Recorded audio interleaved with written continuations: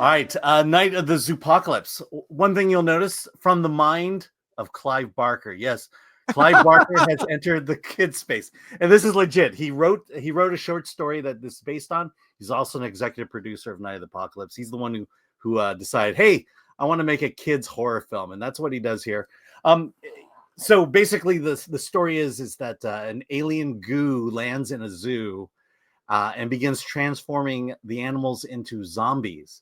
And the only ones who are trying to fight the alien invasion is a quirky timber wolf called Gracie, and played by Gabby Cosmides, and a gruff mountain lion played by David Harbour, also in the movie is Scott Thompson.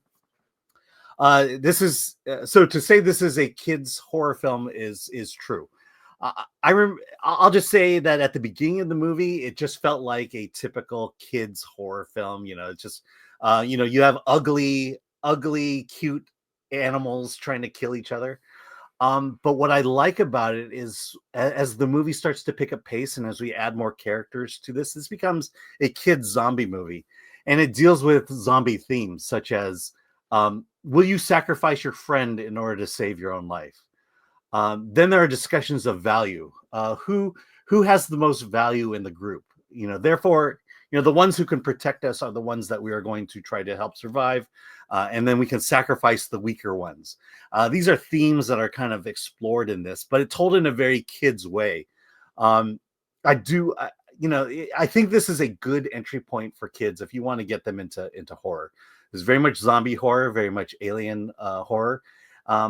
And it's about friendship, it's about loyalty, and so it's got a good positive message to kind of be its foundation.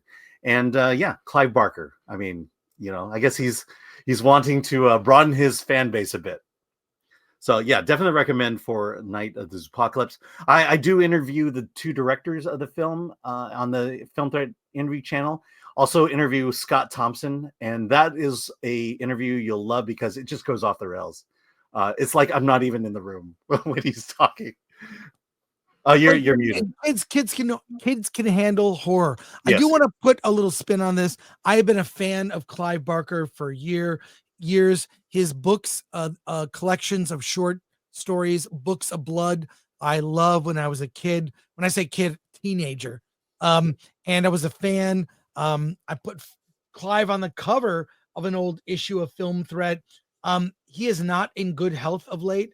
This is his final convention appearance. Just play a little bit of this. It's not showing up. What do you want to talk about? We pub questions. I do have some.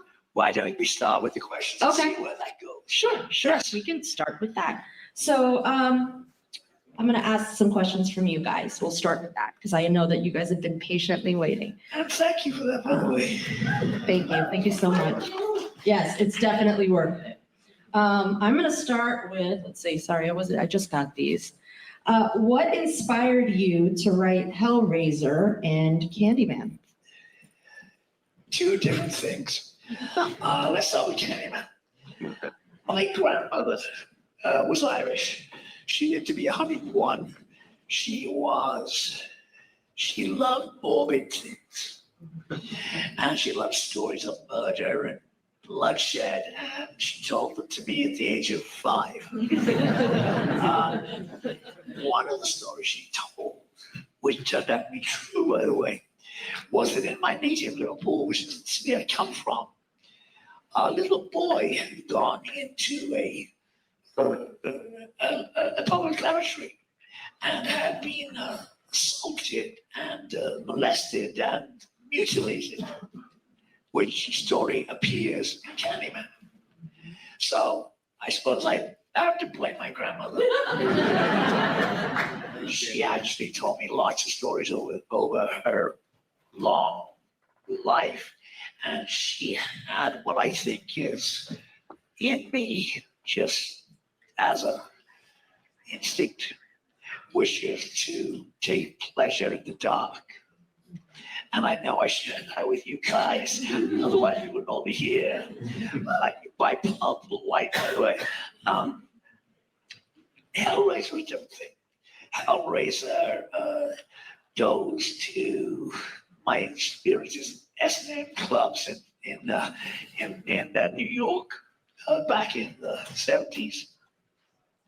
Well, a club called Cell Block 28, which was just about anything any human being could do to another human being was available there. And it was a Not really some kid friendly stuff he's talking about there, but Yeah. we'll leave it at that. I'll put the link in the description. But that's Clive Barker. He's currently 72.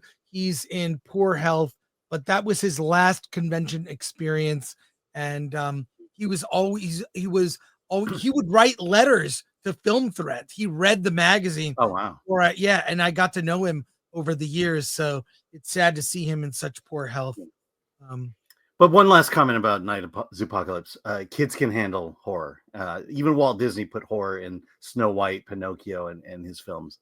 So we underestimate what children can handle.